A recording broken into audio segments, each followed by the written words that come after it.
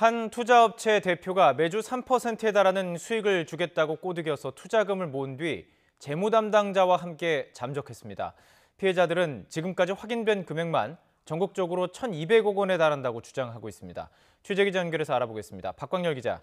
네, 사회부입니다. 1,200억, 피해액이 엄청난 규모입니다. 어떤 내용인지 전해주시죠.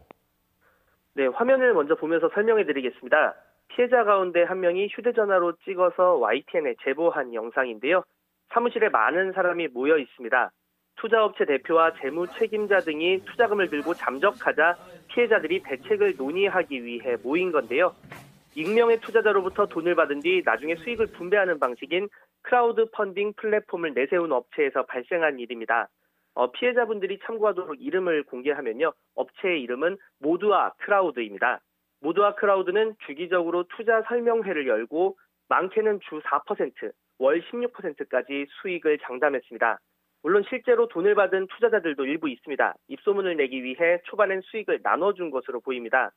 수익 수단은 가상화폐 거래였습니다. 이미 채굴된 가상화폐를 싼 값에 사서 비싸게 파는 게 핵심인데 종류를 가리지 않고 투자했다고 합니다. 현재 피해액수가 큰 투자자들을 중심으로 비대위가 꾸려진 상태고요. 비대위 측은 피해액이 무려 1,200억 원에 달할 것으로 추정하고 있습니다. YTN 취재진도 너무 큰 돈이라 복수의 사람에게 여러 차례 확인을 했는데요. 업체 주요 관계자 역시 빼돌린 금액이 현재로선 1,200억가량 된다 이렇게 말하고 있습니다.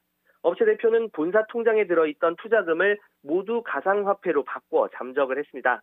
가상화폐가 해외로 반출하기 쉽고 또 현금을 직접 빼돌리는 것보다 해외에서 현금화하는 것이 상대적으로 수월하다고 판단한 것으로 보입니다. 또 거래 내역과 거래자 정보, 예치금과 배당 내역 등이 적힌 하드디스크까지 들고 사라졌습니다. 지금은 대표 등을 공항에서 봤다는 목격자 증언이 나오기도 하는데 일단 회사는 모든 투자금 입금을 정지했습니다. 또 배당금 지급도 어제부로 중단한 상태입니다.